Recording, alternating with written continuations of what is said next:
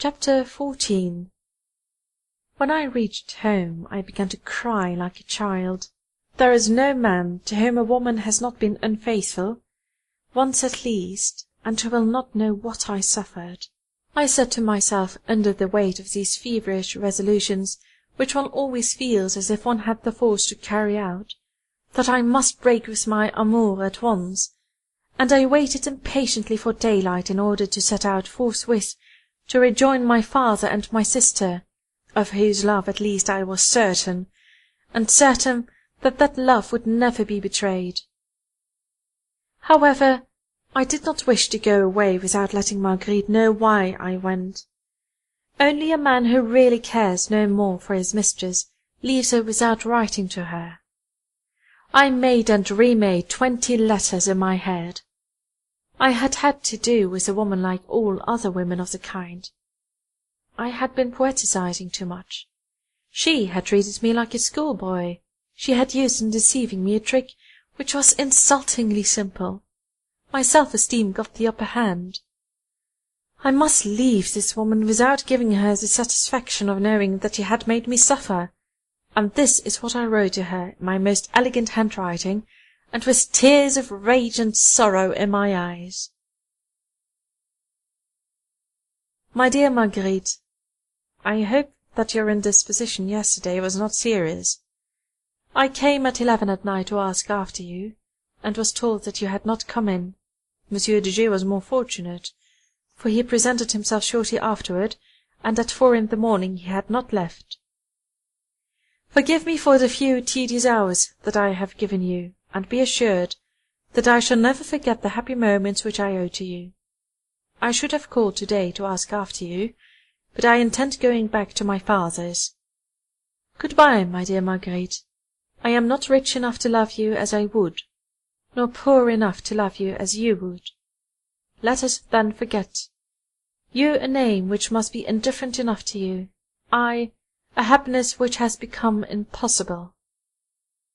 I send back your key which I have never used, and which might be useful to you if you are often ill as you were yesterday. As you will see, I was unable to end my letter without a touch of impertinent irony, which proved how much in love I still was. I read and re-read this letter 10 times over. Then the thought of the pain it would give Marguerite calmed me a little. I tried to persuade myself of the feelings which it professed, and when my servant came to my room at 8 o'clock, I gave it to him and told him to take it at once. "Shall I wait for an answer?" asked Joseph. My servant, like all servants, was called Joseph. If they asked whether there is a reply, you will say that you don't know, and wait. I buoyed myself up with the hope that she would reply. Poor feeble creatures that we are! All the time that my servant was away, I was in a state of extreme agitation. At one moment I would recall how Marguerite had given herself to me, and ask myself by what right I wrote her an impertinent letter, when she could reply that it was not Monsieur de G. who supplanted me, but I who had supplanted Monsieur de G., a mode of reasoning which permits many women to have many lovers. At another moment I would recall her promises, and endeavour to convince myself that my letter was only too gentle, and that there was not expressions forcible enough to punish a woman who laughed at a love like mine. Then I said to myself that I should have done better not to have written to her, but to have gone to see her, and that then I should have had the pleasure of seeing the tears that she would shed. Finally, I asked myself what she would reply to me, already prepared to believe whatever excuse she made. Joseph returned. "Well?" I said to him. "Sir," said she, "Madame was not up and still asleep, but as soon as she rings, the letter will be taken to her, and if there is any reply, it will be sent." She was asleep! 20 times I was on the point of sending to get the letter back, but every time I said to myself, "Perhaps she will have got it already, and it would look as if I repented of sending it." As the hour at which it seemed likely that she would reply came nearer, I regretted more and more that I had written. The clock struck 10, 11, 12. At 12 I was on the point of keeping the appointment as if nothing had happened. In the end I could see no way out of the circle of fire which closed upon me. Then I began to believe, on the superstition which people have when they are waiting, that if I went out for a little while, I should find an answer when I got back. I went out under the pretext of going to lunch. Instead of lunching at the Café Foy, at the corner of the boulevard, as I usually did, I preferred to go to the Palais Royal, and so pass through the Rue d'Antin. Every time that I saw a woman at a distance, I fancied it was Nanine bringing me an answer. I passed through the Rue d'Antin without even coming across a commissionaire. I went to Véry's in the Palais Royal. The waiter gave me something to eat, or rather served up to me whatever he liked, for I ate nothing. In spite of myself, my eyes were constantly fixed on the clock. I returned home, certain that I should find a letter from Marguerite. The porter had received nothing, but I still hoped in my servant. He had seen no one since I went out. If Marguerite had been going to answer me, she would have answered long before. Then I began to regret the terms of my letter. I should have said absolutely nothing, and that would undoubtedly have aroused her suspicions, for finding that I did not keep my appointment, she would have inquired the reason of my absence, and only then I should have given it to her. Thus she would have had to exculpate herself, and what I wanted was for her to exculpate herself. I already realized that I should have believed whatever reason she had given me, and anything was better than not to see her again. At last I began to believe that she would come to see me herself, but hour followed hour, and she did not come. Decidedly Marguerite was not like other women, for there are few who would have received such a letter as I had just written without answering it at all. At 5 I hastened to the Champs-Élysées. If I meet her, I thought, I will put on an indifferent air, and she will be convinced that I no longer think about her. As I turned the corner of the Rue Royale, I saw her pass in her carriage. The meeting was so sudden that I turned pale. I do not know if she saw my emotion. As for me, I was so agitated that I saw nothing but the carriage. I did not go any farther in the direction of the Champs-Élysées.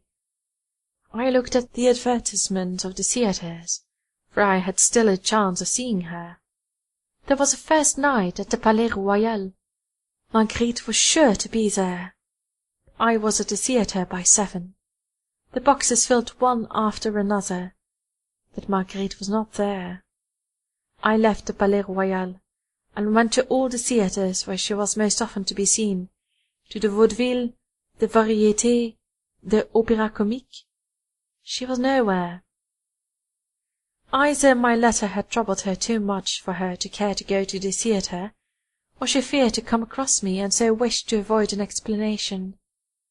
So my vanity was whispering to me on the boulevard, when I met Gaston, who asked me where I had been. At the Palais Royal. And I at the Opéra, said he. I expected to see you there. Why? Because Marguerite was there.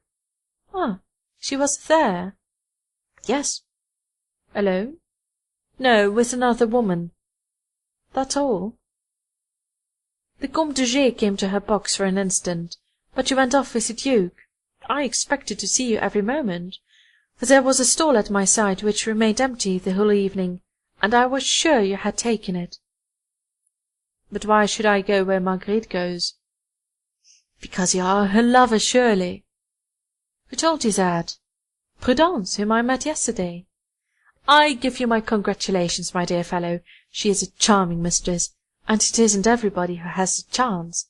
Stick to her, she will do you credit. These simple reflections of Gaston showed me how absurd had been my susceptibilities. If I had only met him the night before and he had spoken to me like that, I should certainly not have written the foolish letter which I had written. I was on the point of calling on Prudence, and of sending her to tell Marguerite that I wanted to speak to her, but I feared that she would revenge herself on me by saying that she could not see me, and I returned home, after passing through the Rue d'Antin. Again I asked my porter if there was a letter for me. Nothing. She is waiting to see if I shall take some fresh step, and if I retract my letter of to-day, I said to myself as I went to bed. But seeing that I do not write, she will write to me to-morrow. That night, more than ever, I reproached myself for what I had done. I was alone, unable to sleep, devoured by restlessness and jealousy, when by simply letting things take their natural course, I should have been with Marguerite, hearing the delicious words which I had heard only twice, and which made my ears burn in my solitude. The most frightful part of the situation was that my judgment was against me. As a matter of fact, everything went to prove that Marguerite loved me. First, the proposal to spend the summer with me in the country, then the certainty that there was no reason why she should be my mistress, since my income was insufficient for her needs and even for her caprices. There could not then have been on her part anything but a hope of finding in me a sincere affection, able to give her rest from the mercenary loves in whose midst she lived, and on the very second day I had destroyed this hope, and paid by impertinent irony for the love which I had accepted during 2 nights. What I had done was therefore not merely ridiculous, it was indelicate. I had not even paid the woman, that I might have some right to find fault with her. Withdrawing after 2 days, was I not like a parasite of love, afraid of having to pay the bill of the banquet? What! I had only known Marguerite for 36 hours. I had been her lover for only 24, and instead of being too happy that she should grant me all that she did, I wanted to have her all to myself, and to make her sever at one stroke all her past relations, which were the revenue of her future. What had I to reproach in her? Nothing. She had written to say she was unwell, when she might have said to me quite crudely, with the hideous frankness of certain women, that she had to see a lover, and instead of believing her letter, instead of going to any street in Paris except the Rue d'Antin, instead of spending the evening with my friends and presenting myself next day at the appointed hour, I was acting the Othello, spying upon her, and thinking to punish her by seeing her no more. But on the contrary, she ought to be enchanted at this separation. She ought to find me supremely foolish, and her silence was not even that of rancour, it was contempt. I might have made Marguerite a present which would leave no doubt as to my generosity, and permit me to feel properly quit of her as of a kept woman, but I should have felt that I was offending by the least appearance of trafficking, if not the love which she had for me, at all events the love which I had for her. And since this love was so pure that it could admit no division, it could not pay by a present, however generous, the happiness that it had received, however short that happiness had been. That is what I said to myself all night long, and what I was every moment prepared to go and say to Marguerite. When the day dawned I was still sleepless. I was in a fever. I could think of nothing but Marguerite. As you can imagine, it was time to take a decided step and finish either with the woman or with one's scruples, if, that is, she would still be willing to see me. But you know well, one is always slow in taking a decided step, so, unable to remain within doors and not daring to call on Marguerite, I made one attempt in her direction, an attempt I could always look upon as a mere chance if it succeeded. It was 9 o'clock, and I went at once to call upon Prudence, who asked to what she owed this early visit. I dared not tell her frankly what brought me.